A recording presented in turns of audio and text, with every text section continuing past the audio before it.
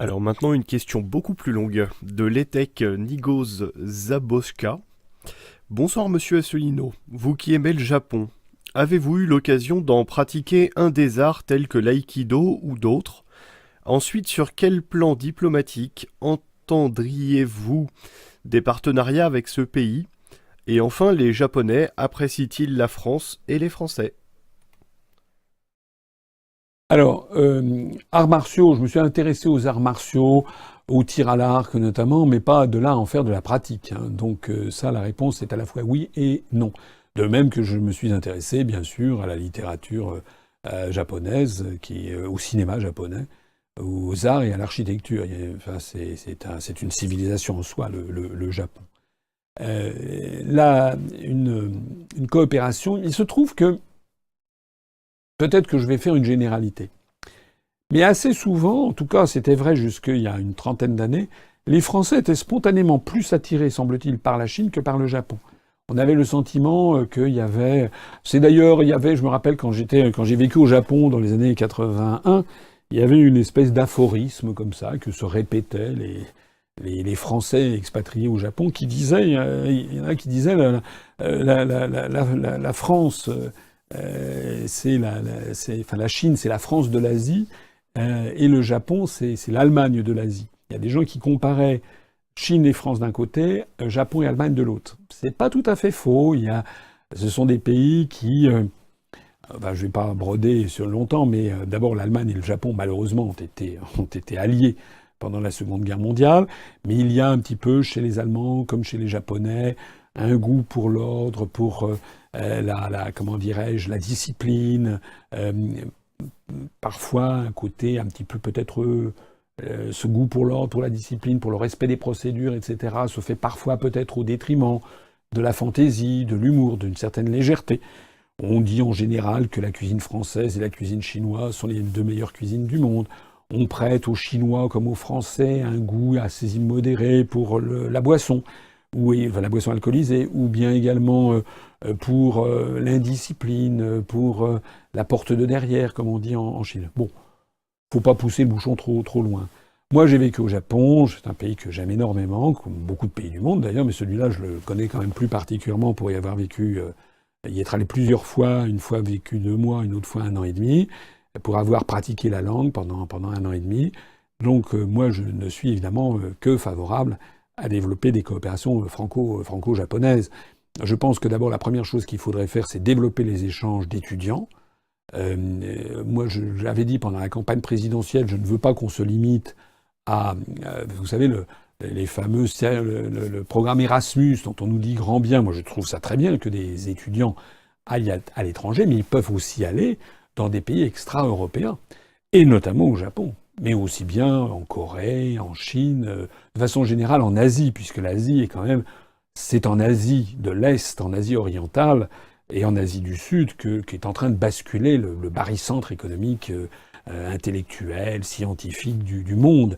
Le monde à la fin du XXIe siècle, il est vraisemblable que voilà, les choses les plus importantes se passeront entre Tokyo, Pékin, New Delhi, Bangkok, Jakarta, et que les pays d'Occident ne seront pas complètement marginalisés, mais seront quand même moins au centre du monde qu'ils ne l'ont été entre Henri le Navigateur, le roi de Portugal, au début du XVe siècle, qui lance les grandes découvertes jusque la seconde moitié du XXe siècle. Donc il faut, à mon avis, développer les échanges d'étudiants, développer l'apprentissage des langues asiatiques, le japonais, le chinois, le vietnamien, l'hindi, les langues rares de l'Inde, enfin quand je dis rares, qui sont parlées par plusieurs centaines de millions de locuteurs, hein, comme l'ourdou au Pakistan, ou comme le telugu, le tamoul ou le kannada, qui sont les langues que l'on trouve en Inde. Il faut également développer des coopérations scientifiques, alors, en tant que de besoin. C'est déjà le cas dans Airbus, hein. Je rappelle que dans Airbus, il y a de mémoire une dizaine d'entreprises japonaises qui participent à l'Airbus A350, notamment, me semble-t-il, dans certains éléments de la voilure et de l'empennage arrière, il me semble, de la même façon qu'il y a aussi des entreprises chinoises qui participent largement, c'est le moins qu'on puisse dire, à l'assemblage final des Airbus A320 dans l'usine de Tianjin. Donc j'en profite pour rappeler, et la question qui est ainsi posée, j'en profite pour rappeler que nous sommes favorables à l'UPR, bien entendu, aux coopérations internationales. Internationales. Airbus, Arianespace, la coopération franco-chinoise en matière nucléaire, la coopération franco-britannique sur le tunnel sous la Manche, les coopérations franco-japonaises dans des tas de domaines. Ça, ce sont des coopérations internationales et ça marche très bien, parce que ce sont sur des sujets limités et donc toutes les parties prenantes, ça peut être 2 États, 3 États, etc., ont intérêt à la réussite du projet. Tous les pays qui sont dans Airbus ont intérêt à ce que l'avion vole. Ils ont mis des milliards de dollars pour que ça marche, et bien tous les pays tirent dans le même sens. Ça n'a rien à voir avec l'intégration supranationale. Pour terminer, parce qu'il me semble qu'il y avait une troisième partie dans la question, qui était ce que pensaient les Japonais des Français. Une question très générale, c'est, vous savez, qu'est-ce que c'est que les Japonais? C'est comme si on disait qu'est-ce que les Français pensent des Indiens. Bon, il y aurait énormément d'avis différents. Pour avoir quand même vécu au Japon, je peux dire que notre pays a une aura, une image au Japon qui est assez extraordinaire, comme d'ailleurs dans beaucoup de pays du monde.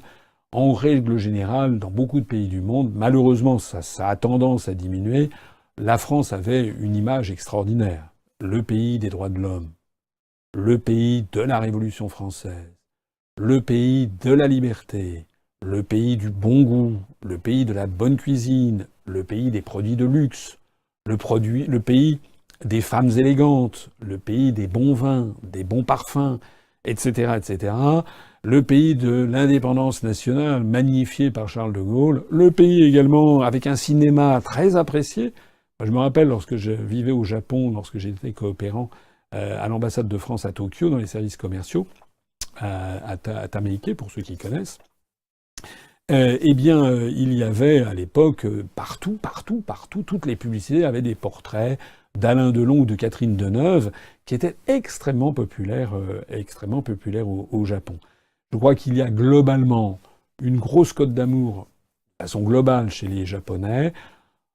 C'est vrai en Chine, c'est vrai aussi en Corée, à Hong Kong, un peu partout en Asie, mais aussi en Russie et ailleurs. C'est que la France apparaît comme le pays de l'amour, le pays où on va en voyage de noces, le pays où toutes les jeunes japonaises rêvent d'avoir un sac Vuitton, un sac Hermès, etc.